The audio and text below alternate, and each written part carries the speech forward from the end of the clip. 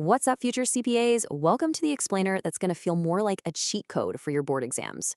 We're diving deep into direct labor variance today. And trust me, by the end of this, you're not just going to understand it, you're going to master it. So let's get into it. Okay, let's set the scene. Imagine your boss walks in, drops a report on your desk, and bam, your labor costs are way over budget. Total disaster, right?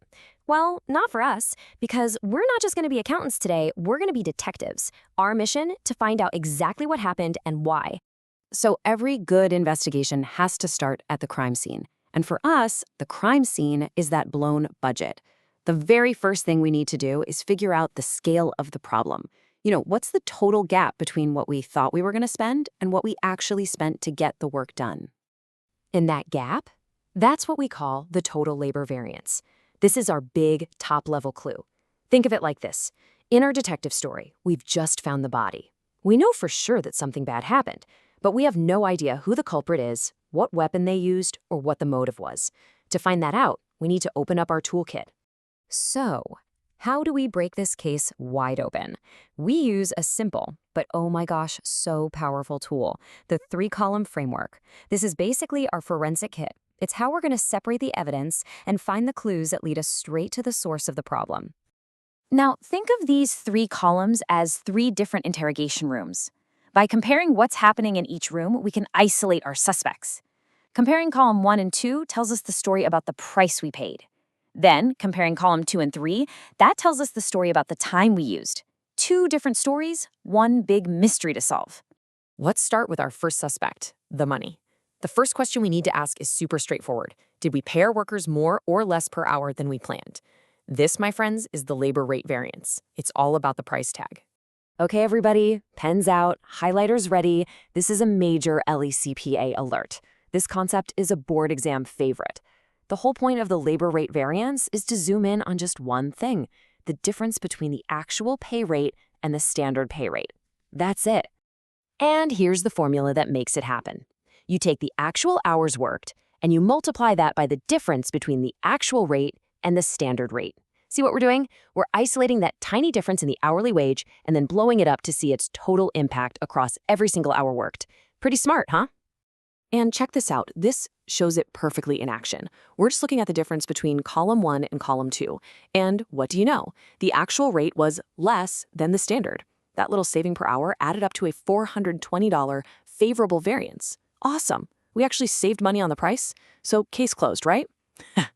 Not even close. All right, so we got a good deal on the hourly rate. That's great news. But remember, that's only half the puzzle. Now we have to ask the other big question in our investigation. What about the time? Did our team get the job done as efficiently as they were supposed to? This brings us to our second suspect, the labor efficiency variance. This quote from Garrison just hits the nail on the head.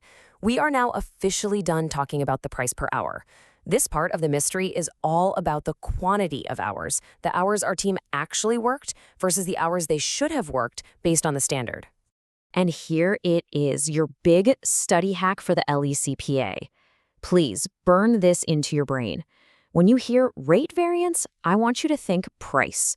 When you hear efficiency variance, you think quantity.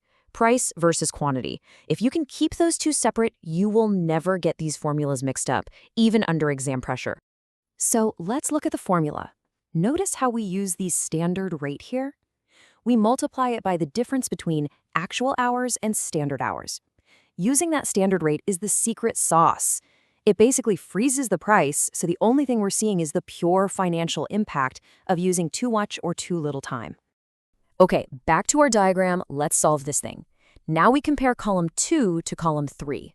The standard said the job should take 1,000 hours, but, the team actually took 1,050 hours. So even with that great hourly rate we got, those extra 50 hours cost us. At the standard rate of $22, that created an $1,100 unfavorable variance. And boom, there it is. We found the real culprit behind our budget problem. So we've cracked the what. We now know our budget was blown because of an inefficiency issue, not a pay rate issue. But a good manager and a future CPA can't stop there. Now we have to investigate the why. It's time to identify the real-world reasons for that inefficiency. And if you look at this lineup of the usual suspects, you'll see it's rarely as simple as just saying the workers were slow. The root cause could be anything. Maybe it was poorly trained new hires, or bad materials from the purchasing department, or a machine that kept breaking down. Heck, it could even be management's fault for setting a crazy, unrealistic standard in the first place. The numbers just point you in the right direction to start asking questions.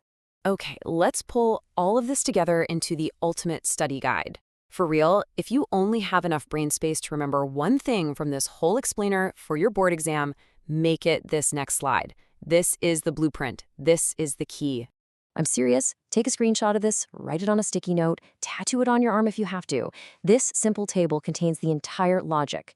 Column 1 minus column 2, that's your rate variance, the price story. Column 2 minus column 3, that's your efficiency variance, the time story. You master this table, you've mastered direct labor variance, period. And that right there, that brings us to the final and honestly the most important question of all. The numbers told you the story. They showed you what happened. But now it's your job to write the next chapter. So what do? Retrain the staff, buy a new machine, fix the standard? That decision, that's how you go from a student who can pass an exam to a strategic leader who can actually change a company. Think about it.